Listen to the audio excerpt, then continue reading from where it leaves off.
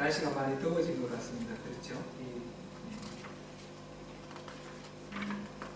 마르틴 루터가 종교개혁을 할 때 말하자면 슬로건으로 내세운 게 세 가지가 있습니다. 기억하십니까? 오직 성경으로, 오직 믿음으로, 오직 은혜로. 솔라 스크립투라, 솔라 피데, 솔라 그라티아. 솔라 그라티아가 바로 이 영어로는 그레이스죠. 라틴어로 그라티아인데 은혜입니다. 은혜는 주님과 친밀한 교제의 삶을 살기 위해서 반드시 필요한 필수적인 그런 요소입니다. 신앙생활은 처음부터 끝까지 이 은혜로 하는 것이다. 이렇게 말해도 지나치지 않습니다. 우리 구원은 어떻게 이루어졌습니까? 은혜로 말미암아 믿음으로 구원을 얻었습니다. 로마서 3장 23절을 잠깐 보겠습니다. 3장 23절부터 24절까지 시작.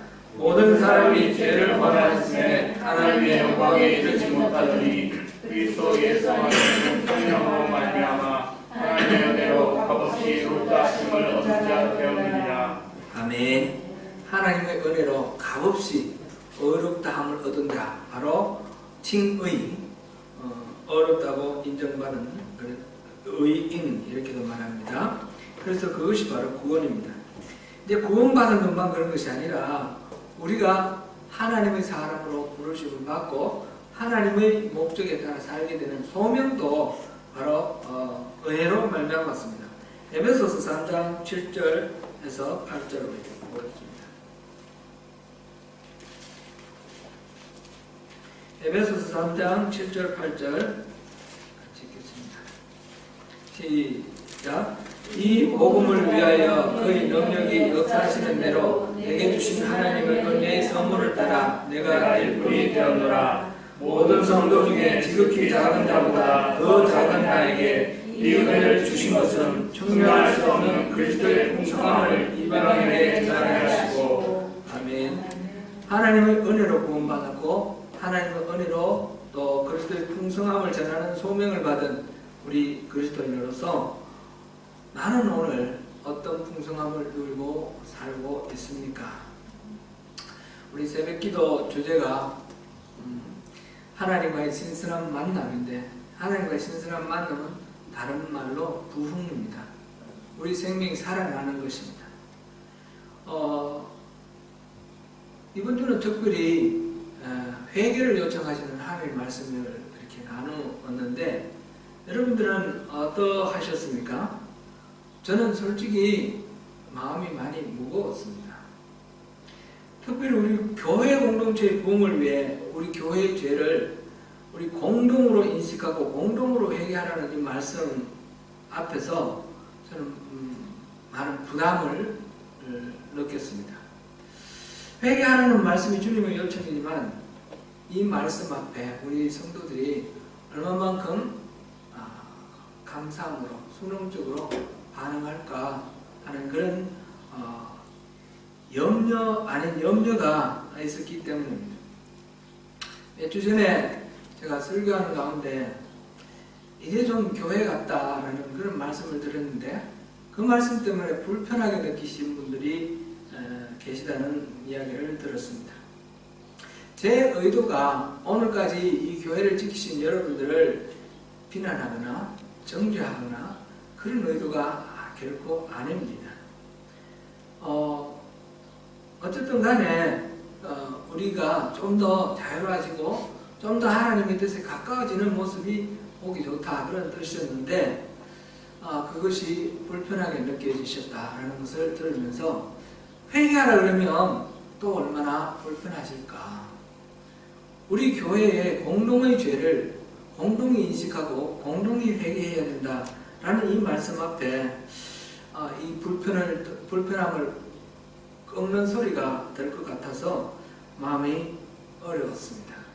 그러나 하나님께서는 그냥 평강하다 하는 그런 거짓말 하지 말고 회개하라는 그 하나님의 그 명령을 전하도록 저에게 감동을 주시기 때문에 또 어쩔 수 없이 전합니다.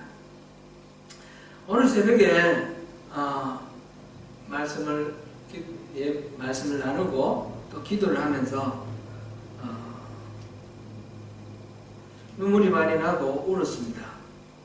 우리 회개를 바라시면서 우리 죄를 깨닫기를 원하시는 하나님의 마음이 가슴에 와닿기 때문입니다. 그와 동시에 우리 죄에 묶여있는, 그래서 벗어나지 못하는 우리 성도들의 현 주소도 또한 느껴졌습니다.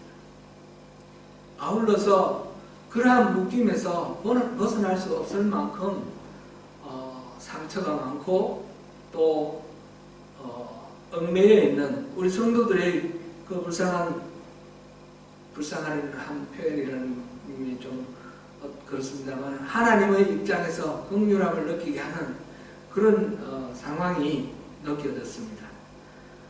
하나님은 이 말씀이, 회개하라는 말씀이 절대로 탓하거나 비난하거나 그런 의도가 아니고 부흥시켜 주시기 위해서 내게로 돌아오라 하시는 하나님의 부르심인데, 그 부르심을 우리가 불편함 없이 기쁨으로 받아들이고 우리 죄를 냉정하게 인식하면서 그렇게 주님께로 돌아나가면 좋겠는데, 그래서 그 목회자로서, 리더로서 제가 그 역할을 잘 감당하는가, 우리 성도님들에게 그런 마음이 저절로 불러 일어나도록 이렇게 잘 불러 일으키는가, 제 자신을 돌아볼 때 주님의 그 부르심에 제가 잘하고 있다라는 그런 확신이 들지 않아서 뭔가 부족한 것 같아서, 너무너무 많이 부족한 것 같아서 그래서 울었습니다. 여러분들에게 어떤 탓을 돌리거나 책하려고 하는 것이 아닙니다. 오늘까지 이 교회를 지켜오신 여러분들, 그 아픔과 그 노력을 하나님이 모르십니까? 없고 그거를 아십니다. 아시기 때문에 더더욱 우리 교회를 부흥토록 하시기를 원하시는 하나님의 마음이 더 절실하시고 더 크신 것입니다. 그래서 하나님께서 물꼬를 틔워주기를 원하시는 거예요. 부흥을 주시기 위해서 물꼬를 틔워주시기를 원하는데, 우리가 준비가 되어 있지 않으면 하나님의 그 부흥을 받아들이지 못한다는 것입니다. 예를 들어서 우리가 막 부흥을 해도 우리가 살아나서 우리의 그 하나님 주시는 그 은혜의 에너지로 우리가 활기차게 그렇게 우리 삶의 현장에서 살아간다 그러면 또 많은 잃어버린 영혼들 영적 각성으로 불러 모을 수 있겠죠. 근데 우리가 그 부흥이라는 것을, 우리 스스로 살아나는 것을 잘 인식 못한다 그러면, 예를 들어서 많은 사람들이 몰려들면 어떡하겠습니까? 큰일입니다. 저는 우리 신앙생활이 교회 다니고 교회에서 여러 사람들 모여서 기쁘게 즐겁게 교제하고 그것으로 끝난다 그러면 그건 비극이라고 생각합니다. 우리의 갈 길은 파멸이기 때문입니다. 우리가 참으로 신앙생활을 바르게 하는 것은 하나님과의 깨어진 관계를 회복하고 주님 안에서 살아가는 그 삶이 온전히 회복되는 것입니다. 세상의 많은 교회들을 보십시오. 온전하게 그렇게 하나님과의 관계가 회복된 그런 신앙생활을 하고 있습니까? 우리는 다른 누가 이러니까 우리도 뭐 이 정도면 되지 않겠냐, 이런 식으로 생각을 해서는 안 됩니다. 우리 교회는 우리가 있는 나는 바로 하나님이 나를 부르시는 그 음성에 응답하면서 하나님 기뻐하시는 교회를 세워나가야 하는 것입니다. 그러므로 우리가 적당한 수준에서 만족하는 것이 결코 우리에게 복이 아니고 그것이 편한 것이 아니라는 것을, 그것이 좋은 것이 아니라는 것을 우리가 인식해야 됩니다. 어떻게 하면 회개를 하고, 어떻게 하면 우리가 바른 교회를 세울 수 있을까요? 주님이 기뻐하시고 주님이 그렇게 간절하게 원하시는 그 부흥을 이루는 우리가 되기 위해서는 어떻게 해야 하는 것입니까? 우리가 40일 작전 기도를 정해놨는데 우리가 정말 하나님의 음성을 듣고 하나님이 원하시는 대로 우리 순종하고 나가자고 그랬는데 우리가 이미 마음속으로 결론을 내려놓고 우리가 나름대로 정해놓고 걸러서 하나님의 음성을 듣는다 그러면 우리에게는 아무런 소망이 없는 것 아니겠습니까? 어떻게 하면 우리가 이 기도를 통해서 하나님께 더 가까이 나가고 하나님의 마음이 더 합한 우리의 삶이 되겠습니까? 비결은 한 가지밖에 없습니다. 우리의 어떤 것보다도 하나님의 은혜입니다. 그래서 은혜를 더 열심히 구해야 되고 우리가 은혜 안에서 다시 서야 한다는 그런 생각입니다. 지난 시간에 제가 말씀 나눌 때에 은혜의 장애물에 대해서 다음 시간에 살펴보겠습니다. 그렇게 말씀을 드렸는데 장애물에 대해서는 한 시간 더 뒤로 미루겠습니다. 우리가 은혜 안에 살아야 되는 것을 한 번 더 우리가 살펴보겠습니다. 오늘은 제목이 은혜가 왕노릇하여 인데 은혜가 왕노릇하게 하라 하는 하나님의 말씀입니다. 은혜가 왕노릇한다는 것이 무엇입니까? 은혜가 나를 다스리도록 하라는 것입니다. 왕이 되어서 나의 모든 삶의 영역을 통치하시고 다스리시고 주관하시도록 그렇게 하나님께 우리 자신을 내어드리라는 것입니다. 은혜에게 내어드리라는 거죠. 은혜가 무엇입니까? 은혜는 우리 흔히 받을 만한 자격이 없는 자에게 값없이 주시는 하나님의 선물이다 이렇게 말합니다. 예, 그렇습니다. 은혜는 하나님이 주시는 선물입니다. 하나님이 은혜를 주실 때는 자격을 따지지 아니하십니다. 우리 장단점 그런 거 따지지 않습니다. 마태복음 9장 13절에서 예수님께서 말씀하시기를 내가 의인을 부르러 온 것이 아니요 죄인을 부르러 왔노라 라고 말씀하셨습니다. 세상에 이런 종교는 없습니다. 이런 가르침도 없습니다. 모든 종교나 모든 가르침은 선한 일을 하면 복을 주고 악한 일을 하면 벌을 주는 그런 가르침입니다. 근데 예수님께서는 의인을 부르러 온 것이 아니라 죄인을 부르러 왔다라고 말씀하셨습니다. 이것이 은혜이고 이것이 복음이죠. 우리의 자격이나 우리의 장점이나 우리의 단점 따지지 아니하시고 우리를 단지 사랑하시기 때문에 그 사랑 때문에 우리를 찾아오시고 우리를 구원하기를 원하시고 우리에게 은혜 부어주시는 그 하나님을 우리가 만나고 누리고 그 하나님 주시는 그 은혜를 우리가 받아야 되지 않겠습니까? 그저 주시는 하나님 은혜입니다. 두 번째로 은혜는 우리 힘으로는 얻어낼 수 없습니다. 은혜를 받아야 된다 그러니까 우리가 무슨 노력을 해서 은혜를 받는 것이다 이렇게 생각할 것은 아닙니다. 오직 은혜는 믿음으로만 받습니다. 에베소서 2장 우리 8절 9절을 다시 한번 읽어보겠습니다. 2장 8절 9절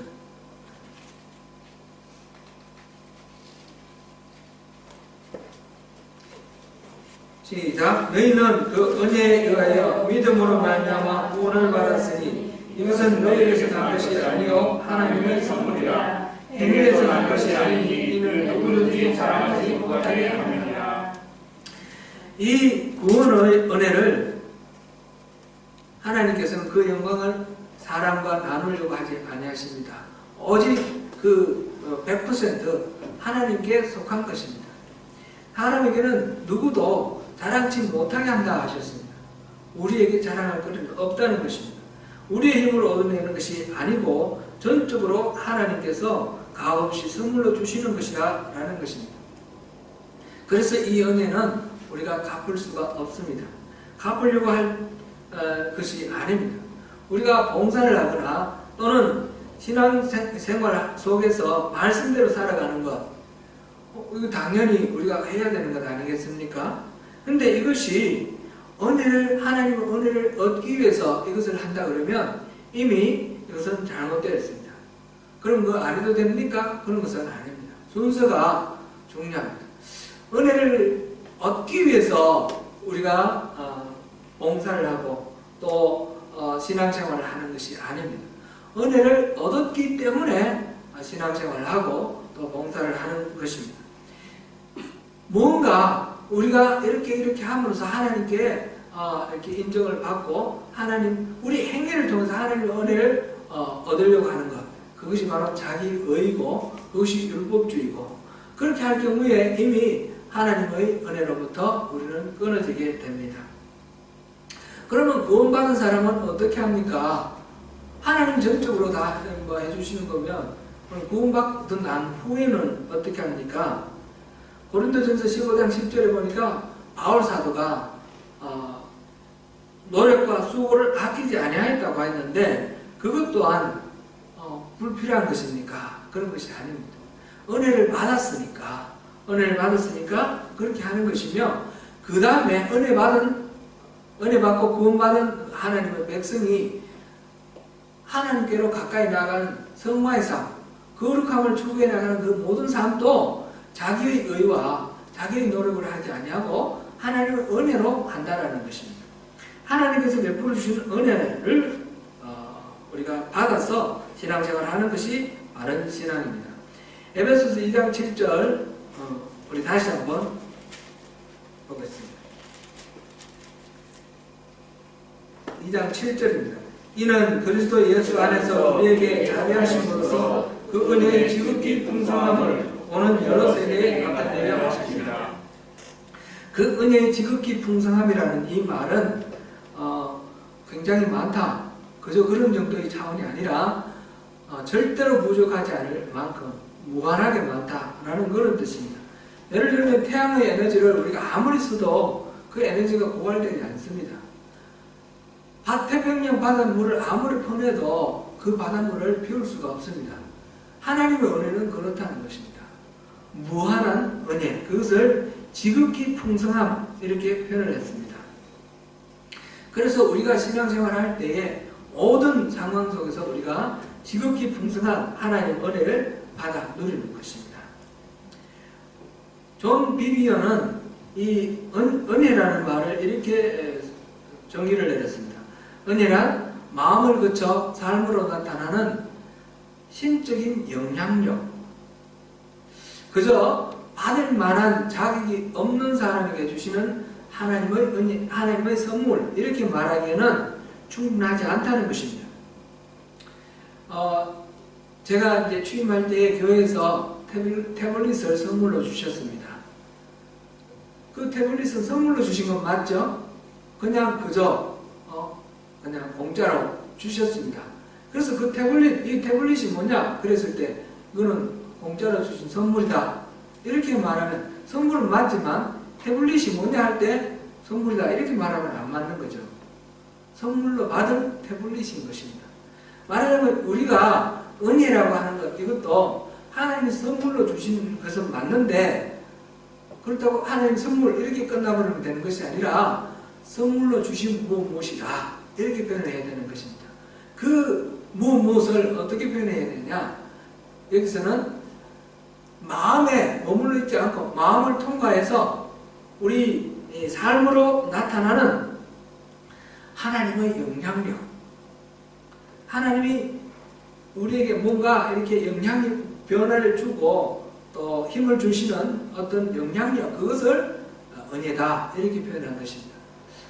작년에 제가 은혜에 대해서 설교 말씀 나눌 때에 그렇게 말씀드렸습니다.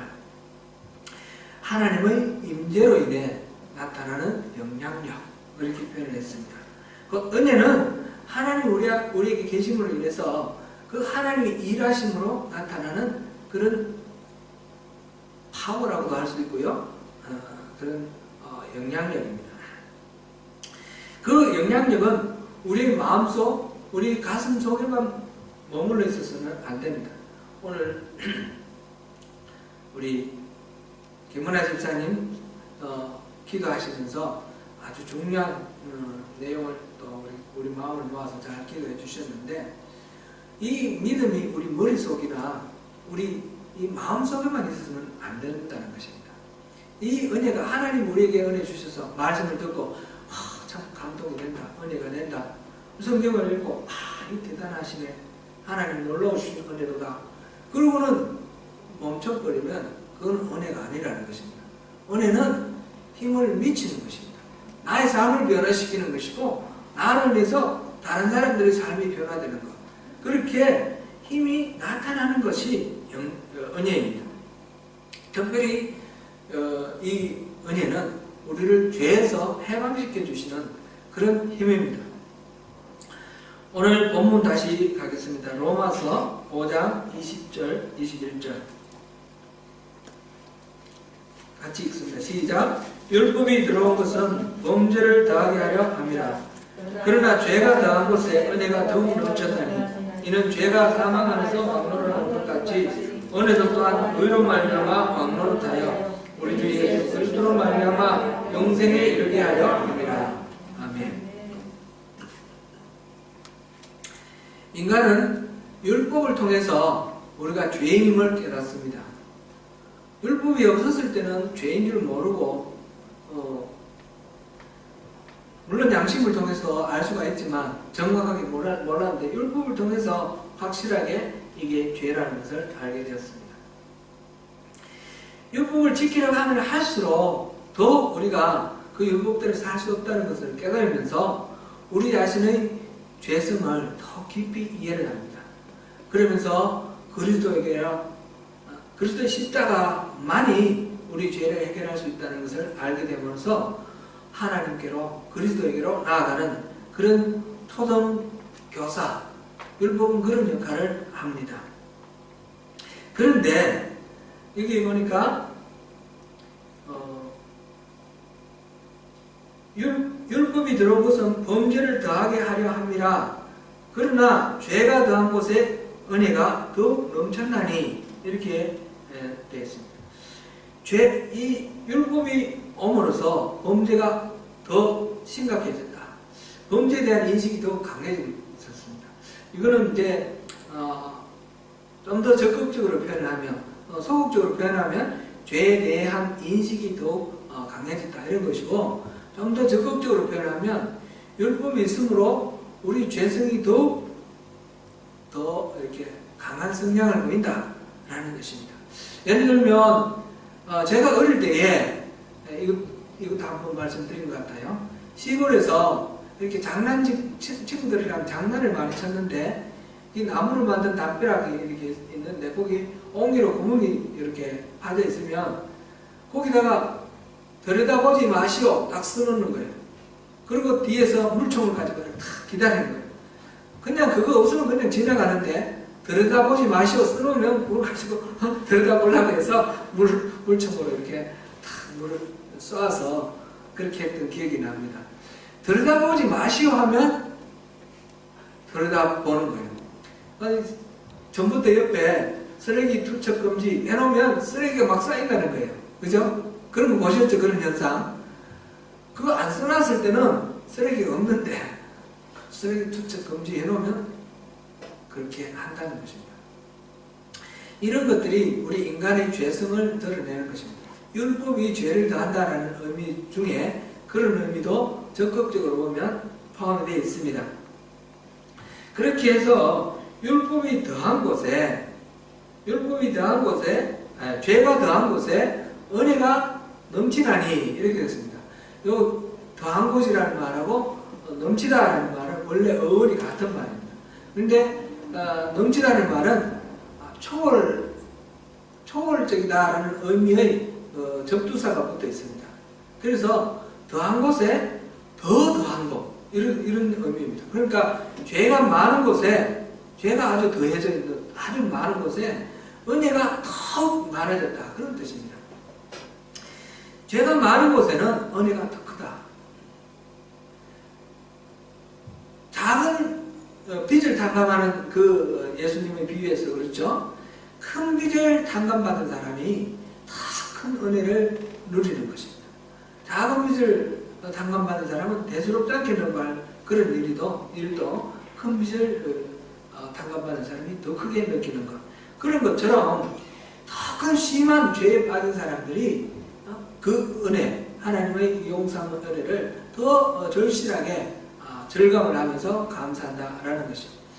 우리 지난주에도 우리가 살펴봤는데 누가복음 15장에 나오는 탕자의 비유에서 둘째 아들과 첫째 아들 비교할 때 둘째 아들은 허랑방탕하면서 아버지의 유산을 미리 살아계신 아버지의 유산을 받아가는 아주 폐륜 같은 그런 죄를 짓고 그 유산을 갖고 나서 난 그것을 허랑방탕하게 다 써버렸습니다. 그것이 얼마나 큰 죄인지 스스로 압니다. 그래서 돌아다니다가 나중에 다 떨어지고 난 뒤에 돼지가 먹는 쥐염 열매라도 먹으려고 그랬더니 그것도 주는 사람이 없어서 굶어 죽게 되었습니다.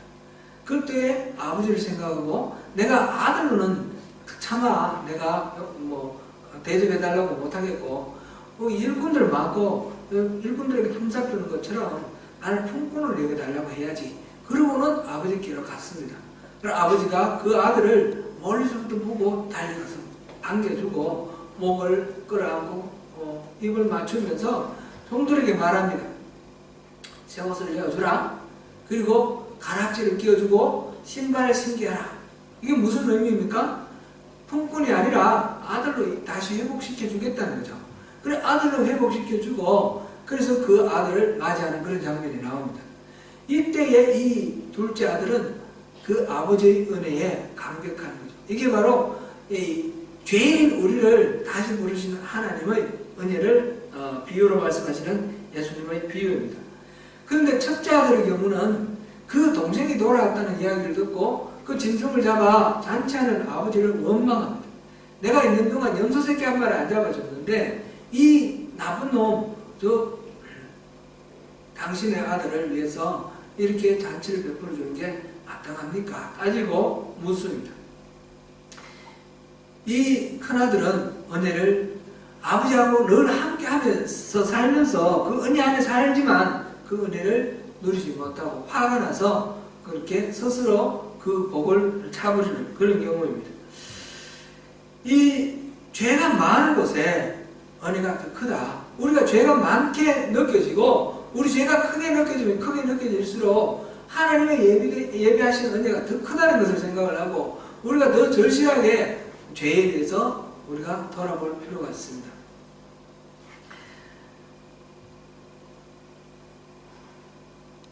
그 죄가 아무리 크더라도 하나님의 은혜는 어떤 죄도 덮지 못할 만큼 그렇게 작은 것이 아니고 무한하게 풍성하기 때문입니다. 한 사람 아담의 범죄로 말미암아 죄가 그 한 사람을 통해서 왕노릇하는 그런 상황입니다. 5장 17절에 나오는데 사망 안에서 왕노릇했습니다. 그런데 그리스도 예수를 통해서 우리에게 주어진 의로 말미암아 이제 은혜가 왕노릇하게 되었습니다. 우리의 반응은 다름 아니라 바로 하나님이 하시고자 하시는 대로 은혜가 왕노릇하도록 우리를 내어드리는 것입니다. 은혜가 왕노릇하게 하라 그러면 우리는 왕노릇의 반대말은 뭘까요? 종노릇이에요. 종노릇 이렇게 왕의 반대는 백성이지만 이럴 때 종노릇은 무조건 주인이 시키는 대로 이렇게 하는 겁니다. 거기에는 자기 나름대로 판단도 있을 수가 없고 소망도 있을 수가 없습니다. 왕노릇은 뭡니까? 자기가 모든 것들을 다스립니다. 지금 은혜가 왕노릇하도록 하라 그러면 나는 뭐가 되는 거예요? 나는 은혜의 종이 되는 거예요. 그래서 생각하니까 참 마음이 또 답답해지고 왜 우리는 종노릇 해야 되냐 이런 생각이 드는데 사실 이 의미는 그런 의미가 아니죠. 5장 17절 다시 한번 보겠습니다. 5장 17절 시작. 한 사람의 범죄로 말미암아 사망이 그 한 사람을 통하여 왕노릇하게 된적 더욱 은혜와 의의 선물을 넘치게 받는 자들은 한 분 예수 그리스도를 통하여 생명 안에서 왕노릇하리로다. 지금 여기서 생명 안에서 왕노릇하는 거하고 은혜가 왕노릇하는 것은 같은 겁니다. 같은 이야기를 하고 있는데 지금 그리스도 예수를 통해서 우리가 생명 안에서 왕노릇하게 하기 위해서 은혜가 우리를 다스린다는 겁니다. 하나님이 우리의 삶에 왕노릇하는 것은, 하나님의 은혜가 우리 삶의 모든 영역을 다스린다는 것은, 내가 바로 생명 안에서 내 모든 삶을 주장하는, 내가 왕노릇하는 삶인 것입니다. 은혜가 왕노릇한다는 말, 이걸 오해할 수 있는 부분입니다. 특별히 이제 14세기부터 문예봉, 르네상스가 일어나고, 개인의, 인간의 가치, 이것이 중요하게 여겨지기 시작합니다. 17세기, 18세기 계몽주의를 통해서 특별히 휴머니즘, 인간의 가치가 이렇게 존중되면서 근대사상은 중세사상과 결별을 하게 됩니다. 그런데 이 과정 속에서 우리 기독교가 중요한 위기 속에 빠지게 됩니다.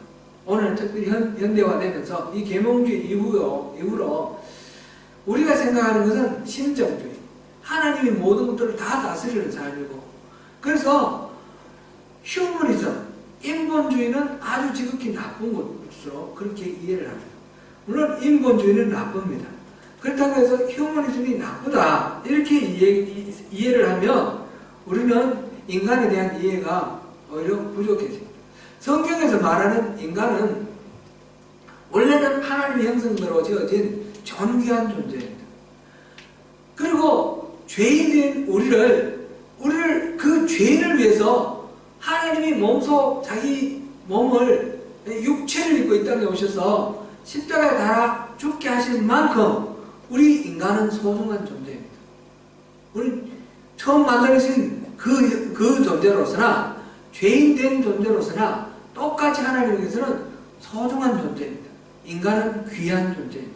어떤 이유로도 인간의 생명을 이렇게 가볍게 여기고 경멸해서는 안 됩니다. 심지어는 종교적 차이가, 예를 들어서 하나님을 믿지 않는 그런 인간이라 할지라도 인간은 하나님의 입장에서 소중합니다. 그들의 이 심판하고는 별개의 이야기입니다. 이 땅에 살아가는 존재로서. 그런데 특별히 이제 포스트 모더니즘, 개인이 존중되고 인간의 개성이 존중되는 이런 사회 속에서 인본주의를 이렇게 멀리하고,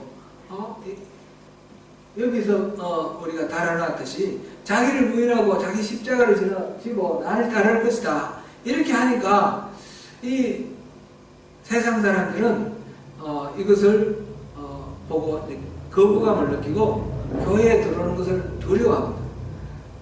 교회 안에 있는 사람들은 이것을 바라보고 인간에 대한 존중은 나쁜 것이다 이렇게 생각을 하는 그런 양쪽에 인식의 오류가 있습니다. 그게 아니라는 것입니다. 여기서 부인해야 할 자기는 바로 죄인된 자기, 죄의 본성을 가진 자기, 그거를 부인함으로써 자기 십자가를 지고 죄인된 그 자기를 부인함으로써, 그래서 예수를 따름으로써 결국은 진짜 참된 자, 정말 하나님이 만들어 놓으시고 우리에게 살기를 원하시는 그런 참된 자가 살아나는 것입니다. 그것을 위해서 은혜가 우리를 왕노릇하는 것이고, 은혜가 우리의 모든 생각과 행동과 말과 모든 것들을 다스리게 될 때 우리가 진짜로 이 세상에 왕노릇하는 귀한 존재가 된다는 것입니다. 은혜의 지배를 받을 때에 우리가 세상을 다스리는, 하나님이 이 땅을 정복하고 다스리려 하셨지 않습니까? 하나님의 그 명령을 우리가 온전히 수행할 수 있는 온전한 인간, 참된 자를 우리가 누리게 되는 것입니다. 그래서 우리가 제가 이것도 진리이면서도 또 요즘 많은 부담을 느낍니다. 오해를 하기 때문에 우리가 정말 찾아야 될 참된 자, 하나님이 우리에게 주시는 자유함을 누리는, 복음 안에서 자유를 누리고 진리 안에서 자유를 누리는 그런 참된 자, 그것을 위해서 거짓된 자기를 부인하라는 말인데, 그것이 우리 자신의 어떤 의미도 없는 것처럼 자기 비하로 그렇게 느껴져서는 안 되지 않겠습니까? 그것이 하나의 숙제이기도 합니다. 죄가 왕노릇하다가 은혜가 왕노릇하는 상태, 이것이 우리 갈라디아서에도 여러 번 봤고, 육체의 소욕대로 살다가 성령의 소욕대로 사는 그런 삶이 되고, 로마서에서도 그 죄와 사망의 법이 다스리다가 은혜와 생명과 성령의 법이 다스리는 그런 사람으로 우리가 바뀌는 것. 이것이 우리가 이제 은혜 안에서 사는 것입니다. 우리는 그러면 이제 왕노릇 한다는 것, 은혜가 왕노릇하게 한다는 것에 대해서 좀 더 한 걸음 더 들어가 보면 좋겠습니다. 우리가 모든 삶의 영역에서 은혜가 우리를 통치하고 다스리게 하라는 것입니다. 말할 때에 내가 생각하고 내가 습관되어 있는 그런 말로 말하지 말고 하나님의 은혜로 걸러서 말하라 라는 것이고, 생각을 할 때에 내 안에 떠오르는 그런 것으로 생각하지 말고 하나님의 은혜로 걸러서 생각을 하라는 것이죠. 내가 섬기더라도 내 의와 나의 어떤 선을 의지해서 섬기는 것이 아니라 하나님이 부어주시는 그 은혜에 의지해서 그 은혜로 섬기라는 것이죠. 이 하나님의 은혜는 무한하게 공급되는 것이고, 그 은혜는 하나님께 붙어 있을 때만, 믿음으로 붙어 있을 때만 우리에게 공급되는 것입니다. 그러니까 우리가 필요한 것은 믿음으로 하나님을 의지하는 거죠.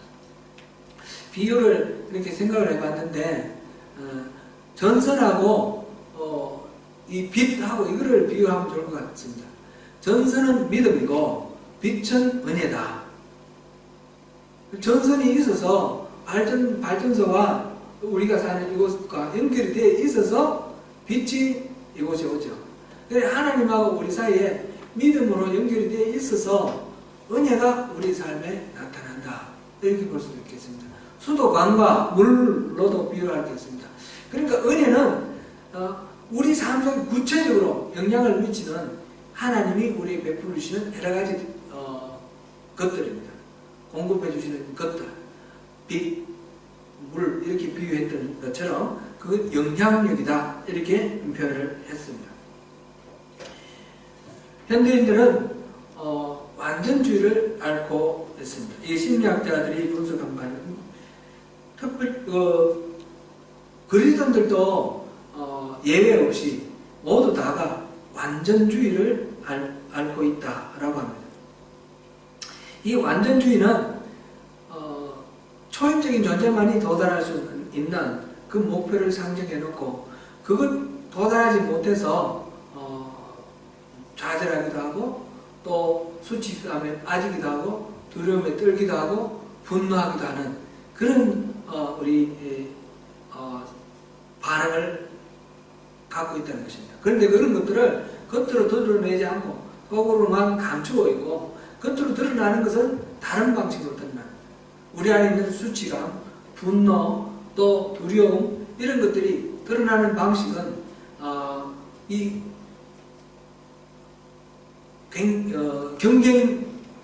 경쟁을 열심히 경쟁을 하려고 하는 어떤 그걸 지배형이라고 이렇게 표현을 했는데, 지배적인 어떤 자리에 들어가려고 합니다. 열심히 자기가 노력해서 성취함으로 그 자기의 부족함, 자기의 불만족 이것을 이루려고 합니다. 그렇게 할 경우에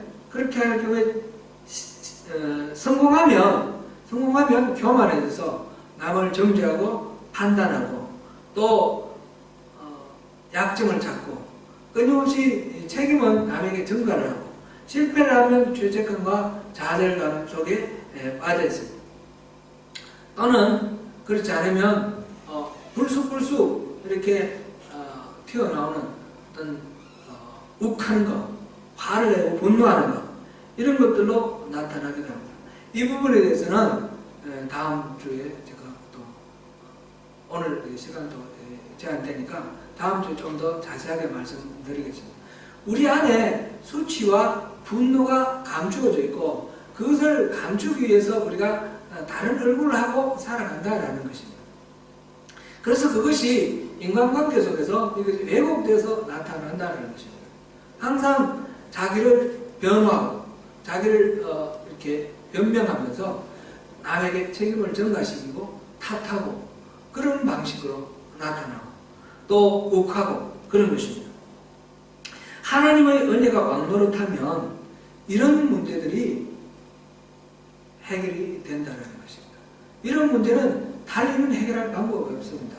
그래서 하나님 은혜, 하나님의 은혜가 우리의 모든 것들을 다스릴 수 있도록 나의 수치감, 이를테면 나의 수치감을 내 생각대로, 내 감정대로, 내 반응대로 그렇게 표출을 해서도 안 되고 그것을 또 억지로 억눌러서 다른 방식으로 이렇게 표출해서도 안 되고 그것을 있는 그대로 하나님 앞에 올려드리고 원래 나는 선함이 없는 것이고 하나님이 은혜로 나를 받아주셔서 내 어렵다함을 입고 하나님의 자녀로 되었다는 사실을 우리가 인정하면서 하나님의 은혜 안에서 살자는 것입니다. 이 하나님의 은혜가 우리를 왕노릇하면 이제 그것이 결과적으로 어디까지 이르는가? 그것이 오늘 21절 우리 다시 한번 보겠습니다. 시작. 이는 죄가 사망하면서 왕노릇한 것 같이 은혜도 또한 의로 말미암아 왕노릇하여 우리 주 예수 그리스도로 말미암아 영생에 이르게 하려 합니다. 아멘. 여기 이제 영생에 이르도록 우리가 은혜로 왕노릇하면서 영생에 이르도록 하는 것이 하나님의 이 마음입니다. 하나님 은혜가 왕노릇하면 그리스도로 말미암아 영생에 이른다. 영생은 죽고 난 뒤에 영원히 사는 것이 아니라 지금부터 누리는 하나님이 주시는 그 생명입니다. 그래서 하나님을 알고 그가 보내신 자를 아는 것이 영생이라고 그랬지 않습니까? 주님과의 친밀한 교제 안에 들어있는 것을 말합니다. 우리가 아까 말씀드린 은혜의 통로가 되는 전선이나 수도관처럼 그렇게 항상 연결되어 있는 그런 상태로 있는 것이 영생인 것입니다. 우리가 믿음 안에 있는 것이 영생인 것입니다. 우리가 은혜로 왕노릇 하도록 우리 자신을 내어드리는 것이 바로 믿음으로 하나님과 연결시켜서 하나님의 그 은혜가 내게 끊임없이 중단 없이 공급되도록 문을 열어놓는 것입니다. 당장 비유를 다시 한번 생각해 보겠습니다. 우리가 신앙생활을 하면서 우리의 현주소가 어디에 있는가?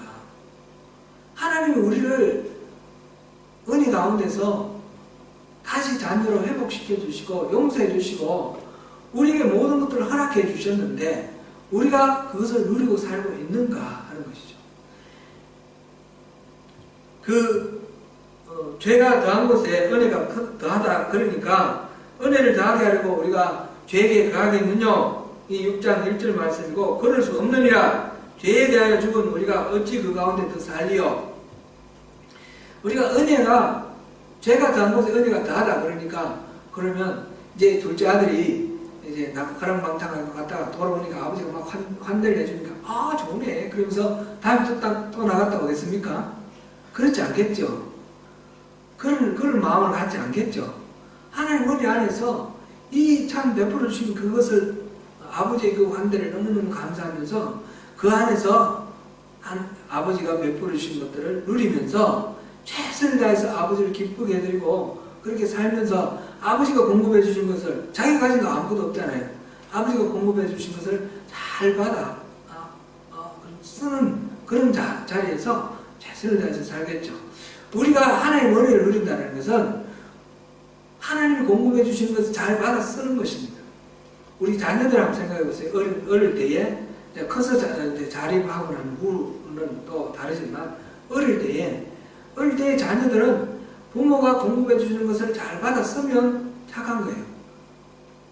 근데 자기가 부모가 공급해 주는 거 안 쓰고 자기가 나름대로 살려고 막 애를 쓰면 그는 부모에게 오히려 근심이 되는 거죠. 전에 제가 그런 비유를 한번 들었던 것 같아요. 유학생 예를 들면서 부모가 다 학비 다 내주고 뭐 공부하라 그랬는데 이 자기가 학비 벌어야 되겠다고 그러고 맨날 아르바이트하고 공부 안 하고 그러면 어떻게 되나요? 이거는 부모의 마음을 너무 모르는 거잖아요. 우리가 하나님 은혜가 왕노릇하게 한다는 것은 하나님이 우리에게 부어주시고 우리에게 베풀어 주시는 것을 우리가 잘 누리는 것을 하나님 기뻐하시고, 그럴 때 우리가 하나님이 우리를 세상에 왕노릇하도록 삼아주신다는 그런 것이죠. 우리가 구원받았고 우리가 틀림없는 그리스도인입니다. 하나님 믿음 안에서 산다고 그럽니다. 근데 우리가 하나님 공급해 주신 그 은혜로 늘 충만합니까? 그것이 우리가 돌아볼 부분입니다. 마치 첫째 아들처럼 그 아버지가 늘 공급해 주신 것을 다 받아 누리는 것에 만족하지 못하고 그 둘째 아들에게 베풀어 주신 것에 시기심을 내거나 둘째 아들을 판단하고 정죄하거나 자기 나름대로 이렇게 하면 행복하겠습니까? 그 첫째 아들의 마음이 기쁩니까? 그 첫째 아들의 마음은 고통 속입니다. 아버지 품에 살면서 고통 속에 살고 있습니다.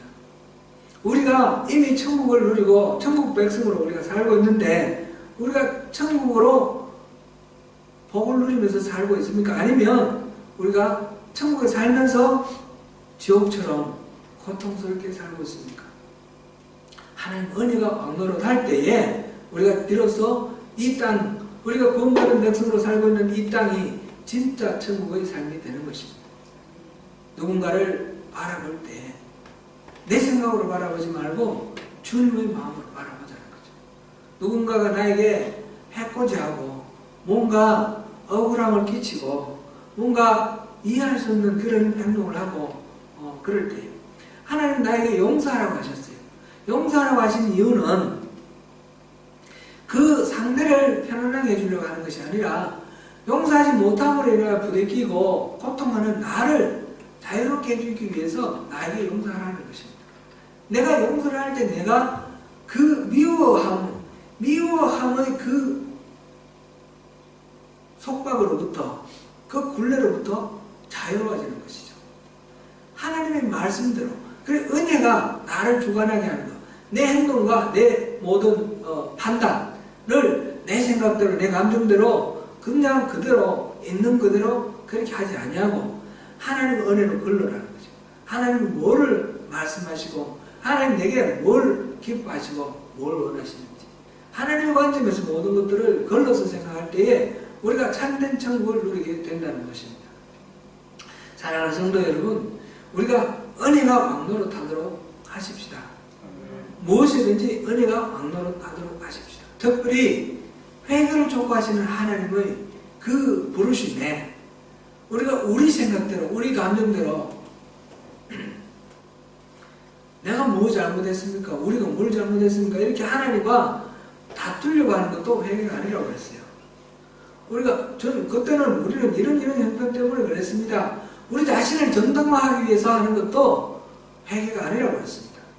그 원인이 어디에 있든지 우리가 선자위가 어디에 있는지 정확하게 그것을 바라보고 하나님의 시선에서 우리 자신을 바라보고 하나님의 시선에서 객관적으로 우리 이웃을 바라보며 이 교회가 하나님이 어떤 방법으로 서기를 원하시는지 하나님의 마음을 품고 이 교회를 세워나갈 때에 그럴 때에 참된 회개가 있고 하나님의 참된 부흥이 부어질 것입니다.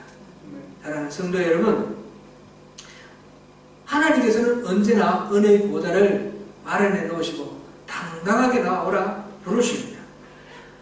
그 은혜의 보좌로 나가기에 여러 가지 장애물이 있는 것을 또 우리가 인정합니다. 그 장애물을 보기 전에 우리가 똑같은 상황 속에서도 똑같은 문제를 해석하는 데 있어서 은혜가 왕노릇하는 방식으로 해석을 하면 이것이 기쁨으로 되고 그렇지 못하고 은혜가 빠져있으면 이 똑같은 상황이 비극으로 그렇게 해석이 되는 경우가 우리가 얼마나 많습니까?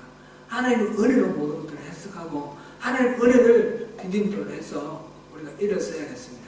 하나님께서 그것을 오늘 우리에게 요청하십니다. 은혜의 보좌에 담대히 나가시고 은혜가 왕노릇 하시도록 우리를 주님 앞에 내어드리십시다. 기도하겠습니다.